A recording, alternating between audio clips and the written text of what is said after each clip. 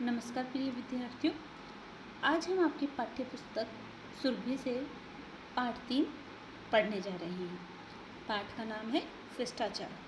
शिष्टाचार का अर्थ होता है किसी के प्रति अच्छा व्यवहार, आचरण। यह शिष्टाचार के अंतर्गत आता है। जीवन में शिष्टाचार का बहुत महत्व है। मनुष्य की मनुष्यता का परिणाम उसका शिष्ट होना ही है। शिष्टाचार क्या है, इसके अंतर्गत कौन कौन से गुण आते हैं, आओ पढ़कर जानें।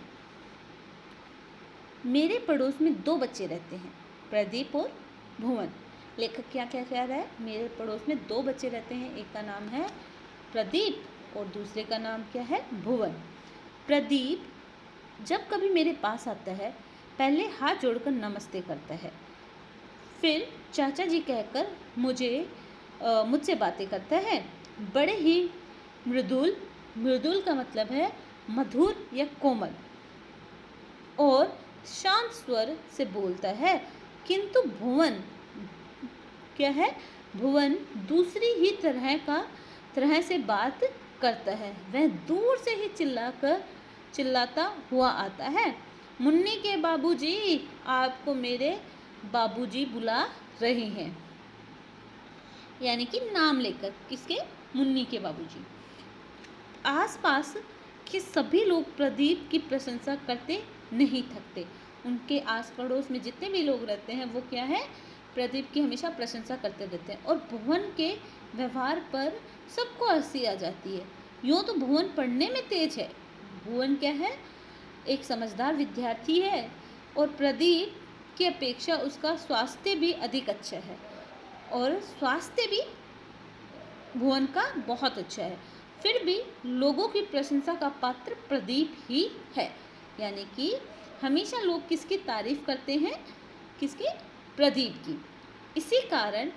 इसका कारण है प्रदीप का बोल व्यवहार। इसका सबसे प्रमुख कारण क्या है, प्रदीप का बोलने का तरीका, जो लोगों के मन को लुभा लेता है, यानी कि मोह लेता है। दूसरे ही शब्दों में यूँ कहें कि प्रदीप का व्यवहार शिष्ट है और भुवन का अशिष्ट। यानी कि प्रदीप का व्यवहार क्या है बच्चे, सभ्य है, और भुवन का असभ्य। ठीक है बच्चे। समाज में सभ्य बनकर रहने वाले शिष्टाचार के नियम अवश्य जानने चाहिए। यानी कि समाज में जो सभ्य बन के रहता है ना, उसे शिष्टाचार का नियम जानना अवश्य चाहिए कि इसको किस तरीके से बातें करनी चाहिए, किस तरीके से खाना चाहिए, किस तरीके से दूसरों के सामने अपने आप को प्रस्तुत करना चाहिए, और उन्हें अपनी आदत में सम्मिलित कर लेना चाहिए।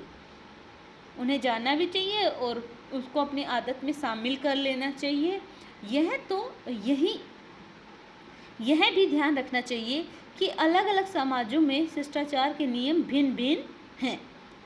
बच्चे, अलग अलग समाज में शिष्टाचार के नियम भिन्न भिन्न हैं। जैसे भारत के अंदर आप क्या करते हो, नमस्ते दोनों हाथ जोड़ के करते हो, लेकिन जैसे आप विदेश में जाते हो आप हैंडशेक करते हो, यानी कि दोनों हाथ मिलाते हो। तो अलग अलग नियम है बच्चे, ठीक है। यद्यपि उनके आभार प्राय सम्मान ही है, लेकिन क्या है, दोनों का प्राय क्या है, अभिवादन ही है, नमस्ते ही करना है।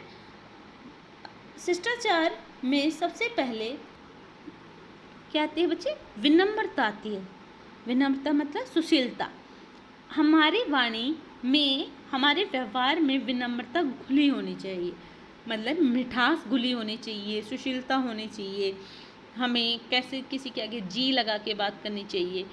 इसलिए किसी को बड़ों को बुलाने पर, जब भी कोई बड़ा बुलाता है, हाँ, अच्छा, क्या, ना कहकर नहीं कहना चाहिए बच्चे। ना कहकर क्या कहना चाहिए, जी हाँ, जी नहीं कहना चाहिए। किसी से बात का उत्तर ऐसे नहीं देना चाहिए कि सुनने वाले को लगे कि लठ मार रहा है। लठ का मतलब क्या होता है बच्चे, लाठी। कि कोई सामने आपसे बात कर रहा हो और आप उसे अकड़ कर गलत तरीके से बात करते हैं तो उसे बुरा लगता है, तो उसे ऐसे महसूस ना हो कि आप उसे लाठी मार रहे हो। विनम्रता केवल बड़ों के प्रति ही नहीं, बराबर वालों और अपने से छोटों के प्रति नम्रता और स्नेह का भाव होना चाहिए। विनम्रता बड़ों के लिए ही नहीं, अपने बराबर वालों के लिए भी होनी चाहिए, और छोटों के लिए नम्रता यानी कि प्रेम और स्नेह यानी कि दुलार भाव होना चाहिए। सभी से बोलते हुए अपनी वाणी में मिठास रहनी चाहिए। सभी से जिससे भी बात करो आपको अपनी वाणी में सिर्फ मिठास रखनी चाहिए। कटुता और कर्कशता, मतलब कटुता क्या होता है बच्चे? कठोर वचन, ठीक है, और कठोरता नहीं होनी चाहिए उसमें। विनम्रता केवल भाषा ही नहीं, विनम्रता केवल भाषा की वस्तु नहीं है, यानी कि वह सिर्फ भाषा की वस्तु नहीं है बच्चे, हमारे कर्म में भी विनम्रता होनी चाहिए। मतलब हमारे कर्म भी सुशील होने चाहिए, अच्छे होने चाहिए। अपने यहाँ किसी के आने पर हमें उसकी प्रसन्नता से स्वागत और यथोचित जैसा चाहिए वैसा सत्कार करना चाहिए। यथोचित का क्या अर्थ होता है बच्चे? जैसा वह चाहते हैं वैसा, यानी कि जो कोई हमारे घर आता है तो उसको प्रसन्नता से स्वागत करना चाहिए, साथ में जैसा वह चाहता है वैसा ही उसके साथ व्यवहार करना चाहिए। अपने से बड़े व्यक्ति के बैठ जाने के बाद ही हमें बैठना चाहिए। बच्चे, जब भी कभी कोई बड़ा व्यक्ति घर पे आता है तो पहले उसका बैठने का वेट करना चाहिए, उसके बाद हमें बैठना चाहिए। महिलाओं के प्रति व्यवहार में भी विनम्रता होनी आवश्यक है। बस या रेल में किसी महिला को खड़ी देखकर अपनी सीट उन्हें देकर शिष्ट आचरण है। दे देना क्या है बच्चे? शिष्ट आचरण है। विनम्रता और दीनता में अंतर है बच्चे। विनम्रता मतलब सुशीलता, दीनता यानी कि बेचारापन में अंतर है। विनम्र होते हुए भी हम किसी स्वाभिमान की रक्षा कर सकते हैं। मतलब विनम्र होकर हम किसी के स्वाभिमान का मतलब होता है आत्मसम्मान की रक्षा कर सकते हैं। विनम्र व्यवहार का अर्थ चापलूसी नहीं है। किसी से मीठा बोलना या किसी से अच्छे तरीके से बात करना बच्चे चापलूसी नहीं है। चापलूसी का अर्थ होता है खुशामद, या आप बार बार किसी को कहते हैं मक्खन लगाना, बट तो वो नहीं है। यदि कभी यह महसूस हो कि जिसके प्रति हम विनीत का क्या अर्थ होता है बच्चे? विनीत का अर्थ होता है नरम। विनीत है पर हमारा तिरस्कार कर रहा है। तिरस्कार यानी कि अपमान, पर वह हम किसी के प्रति नरम है और वो हमारा अपमान कर रहा है, अथवा हमें दीनहीन जानकर, वह क्या समझ के कि हम दीनहीन हैं, यानी कि दयनीय दशा में पड़ा हुआ जानकर हमारे प्रति दया भाव प्रकट कर रहा है कि ये बेचारा है, इसकी मदद कर दो, ऐसा दया भाव प्रकट कर रहा है, तो उसकी कृपा की चेष्टा हमें नहीं करनी चाहिए। ठीक है, तो उससे हमें क्या, उसकी कृपा की चेष्टा हमें नहीं करनी चाहिए। शिष्टाचार का दूसरा विशेष गुण है दूसरों की निजी बातों में दखल ना देना। दूसरा नियम क्या है कि दूसरों के जो निजी बातें होती हैं, उनकी अपनी बातें होती हैं, उनमें दखल ना देना। हर व्यक्ति का अपना एक निजी जीवन होता है बच्चे, यानी कि अपनी एक पर्सनल लाइफ होती है, इसलिए हमें अकारण यानी कि बिना किसी कारण के किसी से उसका वेतन, मतलब बिना किसी कारण उसका वेतन, उसकी उम्र या जाति नहीं पूछनी चाहिए, पूछने से बचना चाहिए। यदि कोई कुछ लिख रहा है तो झांक झांक कर उसे पढ़ने की चेष्टा करना अनुचित कहा जाएगा। यानी कि उचित नहीं है, वह गलत है बच्चे। कोई कुछ लिख रहा है और आप उसे झांक झांक कर पढ़ रहे हैं तो। किसी के घर या दफ्तर जाने पर उसकी वस्तुओं को बिना पूछे उलटने पलटने लगना अशिष्टता है। ठीक है बच्चे, ये भी एक अशिष्ट है कि कोई कहीं गया है और आप उसके सामान को बिना पूछे उसके हाथ लगा रहे हैं, तो ये गलत बात है। यदि कोई हमारे घर कुछ कष्ट उठाकर कोई काम करता है, यदि कोई हमारे लिए कुछ कष्ट उठाकर काम करता है, तो हमें उसके प्रति अपनी कृतज्ञता यानी कि आभार अवश्य प्रकट करनी चाहिए। इसका सबसे सरल उपाय है बच्चे, इसका सबसे सरल उपाय है उसे धन्यवाद देना। क्या है उसका सबसे सरल उपाय? उसे धन्यवाद देना। यदि बस या रेल में कोई आपकी जगह हमें बैठने के लिए देता है, अपनी जगह क्या है हमें बैठने के लिए देता है, तो उसे धन्यवाद अवश्य करना चाहिए। धन्यवाद शब्द बोलते समय ऐसा लगना चाहिए कि हम उसे हृदय से धन्यवाद दे रहे हैं, केवल ऊपर ऊपर से नहीं।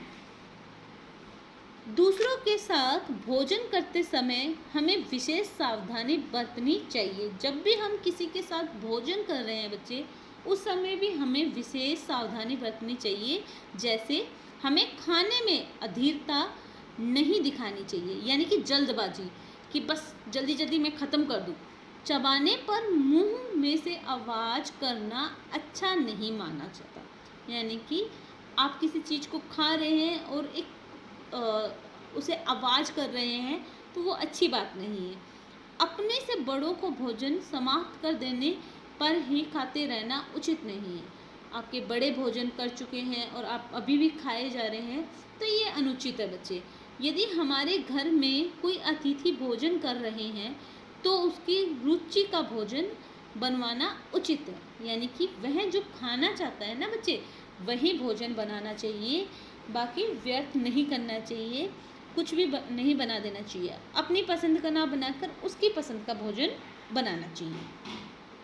पर जब वे खाना खा रहे हैं, तो तब उनके मना करने पर भी रोटी पूरी उनकी थाली में ज़बरदस्ती नहीं डालनी चाहिए। यानी कि वह बार बार आपको मना कर रहे हैं कि अब नहीं, तो तब भी आप जिद करते हैं। आपने अक्सर देखा होगा कि घर पे कोई मेहमान आता है तो क्या बोलते हैं कि एक रोटी और ले लीजिए, तो वो क्या होता है, अनुचित होता है। ऐसा नहीं करना चाहिए।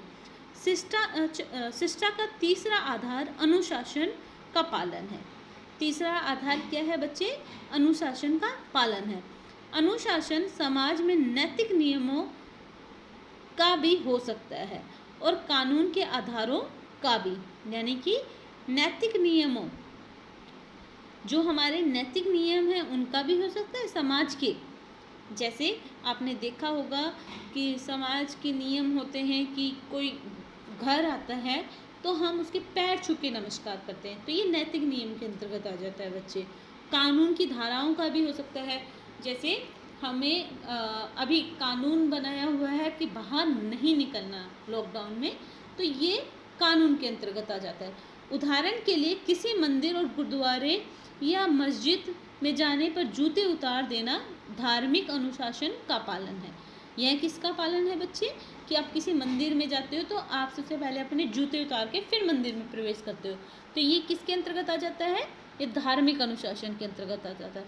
सड़क पर बाईं ओर चलना या जहाँ जाना मना हो वहाँ ना जाना कानून अनुशासन का पालन है। समय का पालन करना सामाजिक नियमों का पालन है। यानी कि समय का पालन करना, जैसे कि आपके स्कूल टाइमिंग, आपके स्कूल इतने से इतने बजे का चलता है या ऑफिस टाइमिंग, तो ये उसके अंतर्गत आ जाता है बच्चे। ठीक समय पर कहीं पहुंचना अनुशासन सिखाता है। यानी कि सही समय पर पहुंचना क्या सिखाता है? अनुशासन। और लाभ भी पहुंचाता है। और ये चीज़ हमें क्या पहुंचाती है? लाभ भी पहुंचाती है। हमको हर तरह के अनुशासन का सामान्य ज्ञान होना चाहिए। हमें हर तरह के अनुशासनों का सामान्य ज्ञान होना चाहिए। जैसे किसी सभा में शोर मचाना अनुचित है। कोई सभा चल रही है और वहाँ आप ज़ोर ज़ोर से चिल्ला रहे हो, तो ये क्या है बच्चे? अनुचित है। किसी वक्ता को अपनी पूरी बात करने का मौका ना देना अशिष्टता है। कोई आपस में आप दो लोग बात कर रहे हो, तो आप अपनी बातें कहे जा रहे हो और दूसरों की सुन नहीं रहे हो, तो यह क्या है बच्चे? ये अशिष्टता है। ठीक है। राष्ट्रीय गान के अवसर पर बैठे रहना या चलना या झूमना अनुचित व्यवहार है। आपको पता है हमारे राष्ट्रीय गान में हम 52 मिनट तक 52 सेकंड तक सीधे खड़े रहते हैं, हम हिलते नहीं हैं। तो ये हमारे राष्ट्रीय गान का क्या है? सम्मान है। तो उस समय अगर हम चल रहे हैं, बैठ रहे हैं या झूम रहे हैं, तो ये गलत बात है। जहाँ सब लोग बैठे हो वहाँ पर लेट जाना, यानी कि जहाँ पे सब बैठते हैं वहाँ आपका लेट जाना, पैर फैलाकर बैठना बहुत अशिष्ट है। कभी कभी थक जाने पर इच्छा होती है कि कुर्सी पर पैर रखकर बैठूं या चारपाई पर निढाल होकर पड़े रहें। निढाल का अर्थ क्या होता है बच्चे? निढाल का अर्थ होता है बिना उत्साह के। ठीक है, कोई भी मतलब बेजान से होके पड़े रहे। निढाल का अर्थ क्या होता है? बेजान या बिना उत्सुकता के। अन्य लोगों की उपस्थिति में हमें अपनी ऐसी इच्छा को दबा देना चाहिए। जब वहाँ कोई अन्य व्यक्ति हो तो हमारी ऐसी कोई इच्छा है तो उस समय उसको दबा देना चाहिए। अपने मन पर संयम में रखना शिष्ट व्यवहार के लिए अत्यंत आवश्यक है। मतलब संयम का मतलब नियंत्रण। आपके मन पर नियंत्रण रखना, आपके मन पर नियंत्रण रखना शिष्ट व्यवहार के लिए क्या है? बहुत ज़्यादा जरूरी है। संक्षेप में हम कह सकते हैं कि शिष्टाचार वह व्यवहार है जिसके करने से दूसरों को तथा अपने मन को प्रसन्नता होती है। शिष्टाचार क्या सा व्यवहार है बच्चे? जिससे दूसरों को तथा अपने मन को प्रशंसा होती है। इसके विपरीत यानी कि इसके उल्टा अशिष्टता कैसा व्यवहार है? जो दूसरों का दिल दुखाता है और उससे अंत में हमें भी हानि होती है, यानी कि हमारा भी नुकसान होता है। इस पाठ के लेखक का क्या नाम है बच्चे? रामाज्ञा द्विवेदी यानी कि समीर। इस पाठ के लेखक का नाम है रामाज्ञा द्विवेदी समीर। धन्यवाद विद्यार्थियों, आज के लिए इतना ही।